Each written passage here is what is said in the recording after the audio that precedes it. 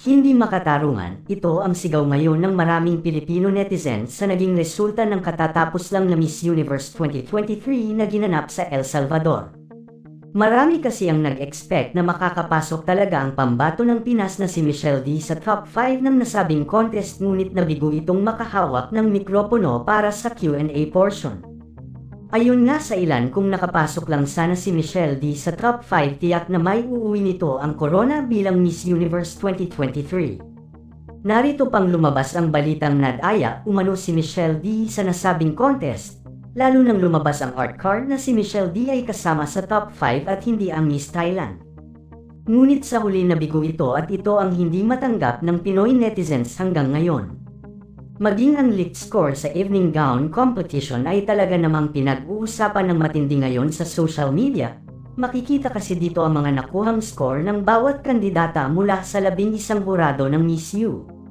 Samantala, dahil nga sa balitang lumalabas ngayon ay maging si former Ilocos Sur Governor na si Chavit Singson, ay balitang makikialam na sa napapabalitang naging dayaan umano sa Miss Universe 2023. Ayon sa balita ay pinapaimbestigahan na ni Chavit ang mga animal yang naganap nitong nakaraang contest. Alam naman ng lahat na si Chavit ay isa sa nag-invest ng malaking pera sa Miss Universe. Kilala din siya sa pagiging makapangyarihan nito at isa siya sa matagumpay na businessman sa Pilipinas.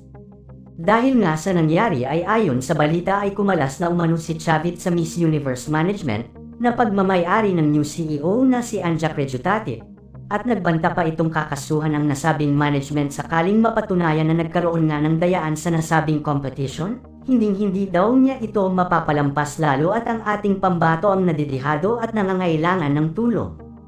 Marami daw kasi ang lumapit ngayon kay Chavit at nagrereklamo sa naging dayaan umano sa Miss Universe.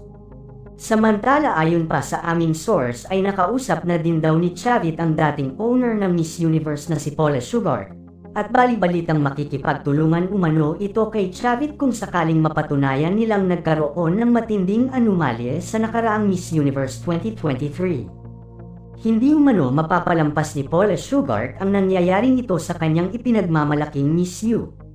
Hindi daw ito makakapayag na dungisan ng kahit sino ang Miss Universe dahil matagal na panahon daw niyang iningatan ang reputasyon at pangalan ng Miss Universe.